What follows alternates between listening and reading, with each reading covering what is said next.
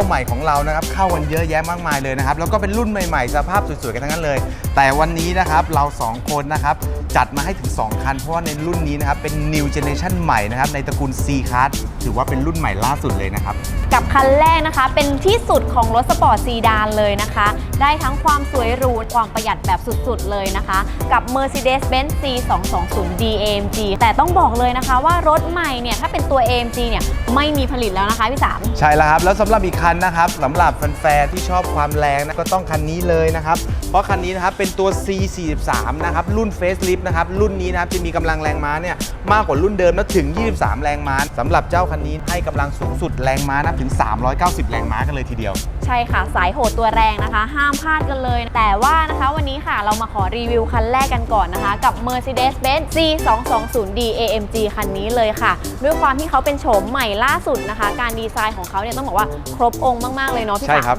แล้วก็สำหรับตัวนี้นะครับที่แตกต่างเนี่ยภายนอกเราเห็นได้ชัดเจนคือชุดแต่งนะครับที่เป็นแบบ AMG แบบดีไซน์ใหม่นะก็จะให้ความสปอร์ตสวยหรูที่มากขึ้นด้วยนะครับผม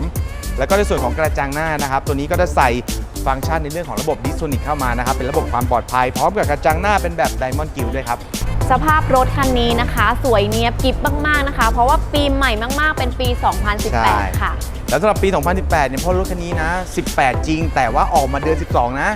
ปลายปีมากๆนะครับเพราะรถนี้ถือว่าเป็นรถใหม่มากๆนะแล้วก็ในส่วนของไฟหน้าตัวนี้นะครับไม่ได้แค่เครื่องยนต์ที่เป็นเครื่องยนต์ใหม่ก็ยังได้ระบบไฟหน้าเนี่ยใหม่ด้วยนะเพราะตัวนี้เป็นระบบไฟหน้าแบบ Multibeam นะครับดีไซน์ใหม่ล่าสุดก็จะเพิ่มความสปอร์ตสวยหรูเข้ามาอีกด้วยครับผมไมล์ของเขานะคะวิ่งน้อยมากๆนะคะเพียงแค่ 30,000 กิโลเมตรเท่านั้นนะคะแล้วก็จะเห็นถึงล้อแม็กนะคะก็คือจะเป็นลายเดียวกับ C43 ตัวก่อนเฟซลิฟต์เลยนะคะไม่ต้องแต่งอะไรเพิ่มเติมเลยคือหล่อมากๆอยู่แล้วนะคะแล้วก็ด้านข้างนะคะเขาก็มีฟังก์ชันมาให้แบบครบครันกันเลยทีเดียวค่ะใช่ครับในส่วนของด้านข้างเนี่ยก็จะเพิ่มในเรื่องของกล้องนะครับที่เป็นกล้องแบบ360องศานะครับระบบ Keyless Go Package นะครับหลังคา Panoramic Glass Roof นะครับฝาท้ายก็ยังมีระบบ Hand Free Access ด้วยครับผมแล้วก็ยังเป็นฝาท้ายไฟฟ้าอีกด้วยเนาะแล้วก็ในส่วนของดีไซน์ไฟด้านหลังนะคะต้องบอกเลยว่าตัวใหม่เนี่ยเขามีความคมเฉียบเนียบมากกว่าตัวก่อนๆนะคะโอ้โหภายนอกสีขาวภายในสีแดงคือแบบช่างร้อนแรงแล้วใจจริงๆครับผมเพราะมันสวยมากใช่มันสวยมากเลยแล้วก็โดดเด่นด้วยสีเบาะที่เป็นสีแดงแคนเบอรี่เลดแล้วนี่ค่ะคอนโซลกลางเขาก็ยังเฉิดฉายออกมาเลยเป็นลายคาร์บอนเคฟลาร์ที่เป็นสีเงินเป็นตัวเดียวกับ C43 Coupe Facelift เลยค่ะใช่ครับแล้วก็อย่างหนึ่งในเรื่องของพวงมาลัยนะครับก็จะมีการดีไซน์ใหม่ทั้งหมดนะครับในตัวตรงกลางเนี่ยก็จะเป็นสีโครเมียมนะครับแล้วก็ในเรื่องของการคอนโทรลหน้าจอตัวนี้จะเปลี่ยนจากปุ่มปกติตัวนี้จะเป็นแบบทัชแพดก็จะให้การดีไซน์ต่างๆที่มันล้ำสมัยมากขึ้นแล้วก็การใช้งานที่ง่ายมากขึ้นผสมผสานกับตัวหน้าจอเรือนไม้ตัวนี้เป็นแบบดิจิตอลและยังปรับเปลี่ยนได้ถึง3รูปแบบนะครับไม่ว่าจะเป็นสปอร์ตคลาสสิกโปรเกรสซีฟนะครับก็สามารถปรับเปลี่ยนได้เลยนะครับตามความพอใจของเราได้เลยนะครับใช่ค่ะแล้วก็หน้าจอตรงกลางนี้นะคะก็คือจะมีขนาดใหญ่ขึ้นกว่าตัวก่อนนะคะขนาดถึง 10.25 นิ้วแล้วก็รองรับระบบภาษาไทยสามารถเชื่อมต่อ Apple CarPlay แล้วก็ Android Auto ได้ด้วยนะคะเครื่องเสียงค่ะก็เป็นเครื่องเสียง Burmester Surround Sound System ค่ะมีหลังคาแก้วแล้วก็ในส่วนของด้านหลังนะคะก็ยังมาพร้อมกับระบบ Sun Protection Package ค่ะที่มีทั้งม่านข้างนะคะแล้วก็บ้านหลังที่เป็นระบบไฟฟ้าอีกด้วยค่ะใช่ครับแล้วก็ระบบขับเคลื่อนของตัว C220 คันนี้นะครับจะเป็นระบบการขับเคลื่อนแบบเกียร์9 สปีดนะครับหรือ 9G Tonic นั่นเองนะครับและยังมาพร้อมกับระบบนะครับจอดอัตโนมัตินะครับ Active Parking Pilot ด้วยแล้วเดี๋ยวเรามาย้ำกันอีกครั้งสำหรับตัวเครื่องยนต์ดีเซลในรุ่นที่เป็น AMG นะครับรถป้ายแดงไม่มีผลิตกันแล้วแล้วก็ว่ารุ่นนี้นะครับเป็น New Generation ที่หายากที่สุดแล้วก็สำหรับตัวรถคันนี้นะครับปี 2018 รถออกมาปลายปี 2018 เลขไมล์วิ่งเพียง 30,000 กิโลเท่านั้นเองนะครับกับราคาพิเศษที่เบนซ์เคตั้งไว้นะคะอยู่ที่ 2,490,000 บาทพร้อมวารันตียังเหลือแบบยาวๆถึงเดือนพฤศจิกายน 2021 เลยค่ะใช้กันไปยาวๆเลยนะคะสำหรับเครื่องยนต์ของ C220d นะคะแน่นอนค่ะเป็นเครื่องยนต์ดีเซลสุดประหยัดนะคะขนาดนะคะ 2,000 ซีซีค่ะให้กำลังแรงม้าสูงสุดถึง 194 แรงม้าเลยทีเดียวนะคะและท็อปสปีดสูงสุดค่ะอยู่ที่ 240 กิโลเมตรต่อชั่วโมงนะคะแต่อัตราการสิ้นเปลืองเนี่ยประหยัดน้ำมันแบบสูงสุดเลยนะคะที่ 16-17 กิโลเมตรต่อลิตรเลยล่ะค่ะใช่ครับแล้วกับคันนี้นะครับราคาเพียงแค่ 2,490,000 บาทเท่านั้นเองนะครับคุณก็ได้เป็นเจ้าของรถสวยๆ Mercedes-Benz C220d AMG คันนี้กันเลยนะครับหากลูกค้าท่านใดสนใจนะคะก็สามารถสแกน QR Code นะคะมุมขวามือของท่านผู้ชมได้เลยนะคะ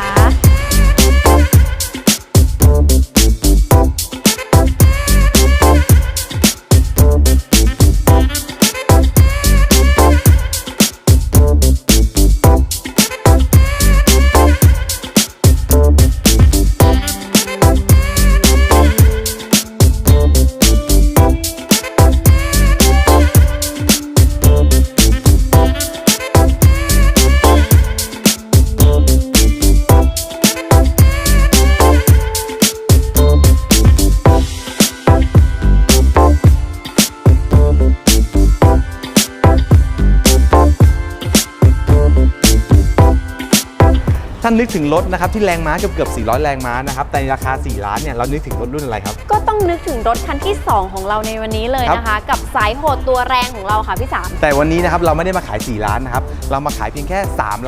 3,490,000 บาทเท่านั้นเองนะครับกับตัวรถคันนี้นะครับปี 2019 เลขไมล์วิ่งน้อยสุดเพียงแค่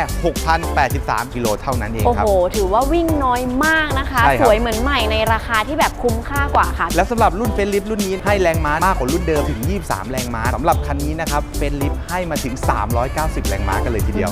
สำหรับสมรรถนะเครื่องยนต์ของเขานะคะมาพร้อมกับคุมพลัง V6 หรือ 6 สูบเป็นเครื่องยนต์เบนซินขนาด 3,000 ซีซีให้กำลังแรงม้าสูงสุดถึง390 แรงม้าและอัตราเร่ง0 ถึง 100เพียงแค่ 4.7 วินาทีเท่านั้นค่ะสำหรับตัวเฟซลิฟต์ที่เปลี่ยนแปลงจากรุ่นเดิมคือในเรื่องของพาร์ทชุดแต่งนะครับที่เป็น AMG ดีไซน์ใหม่นะครับจะให้ความสปอร์ตแล้วก็ดูเท่ที่มากขึ้นด้วยระบบไฟหน้าตัวนี้ก็ได้ไฟหน้าใหม่เพราะว่าตัวนี้เป็นไฟหน้าแบบ Multibeam ด้วยครับผมล้อแม็กนะคะก็เป็นลายดับเบิลสโป๊กขนาดถึง19 นิ้วเป็นดีไซน์ใหม่ของ C43 เลยใช่ครับแล้วก็ระบบการขับเคลื่อนของตัวรถคันนี้เป็นขับเคลื่อนแบบ4 ล้อพร้อมช่วงล่างพิเศษจะเป็น AMG Line Control Air Suspension สามารถปรับความนุ่มความแข็งได้ด้วยครับตัวนี้ด้านหน้าของเขานะคะคาลิปเปอร์เบรกมีมาให้ถึง4 พอร์ตพร้อมรูระบายความร้อนเพื่อเพิ่มประสิทธิภาพในการเบรกแล้วก็ด้านหลังอีก2 พอร์ตเลยนะคะใช่ครับแล้วก็ในส่วนของด้านข้างก็ได้ใส่กล้องรอบคันให้ด้วยหลังคาเป็นหลังคา Panoramic Glass Roof แล้วก็ยังมาพร้อมกับตัวระบบ Keyless Go ด้วยเดี๋ยวเราไปชมภายในกันเลยดีกว่าค่ะดูเลยครับ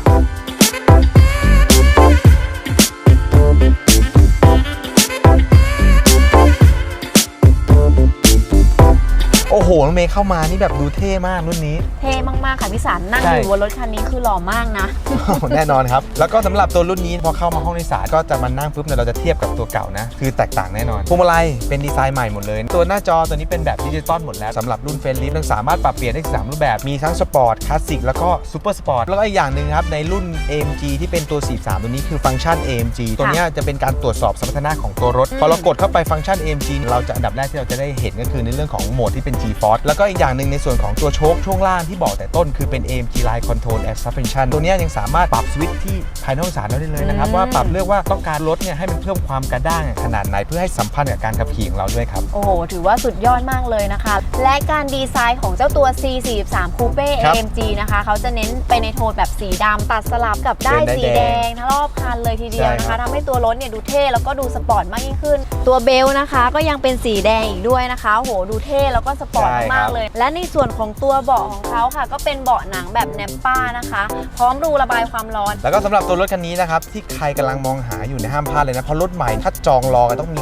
6-7 เดือนกันแน่นอนนะครับสำหรับนี้เดี๋ยวเรามาทวนอีกทีนะครับสำหรับตัวนี้นะครับเป็นตัว C43 Coupe Facelift มาพร้อมกับตัวรถปี 2019 เลขไมล์วิ่งน้อยที่สุดเพียงแค่ 6,083 กิโลเมตรเท่านั้นเองครับโอ้โหวิ่งน้อยมากๆกับราคาพิเศษเพียง 3,490,000 บาทเท่านั้นพร้อมวารันตีค่ะยังเหลือถึงเดือนกุมภาพันธ์ 2022 ใช้กันไปยาวๆเลยนะคะ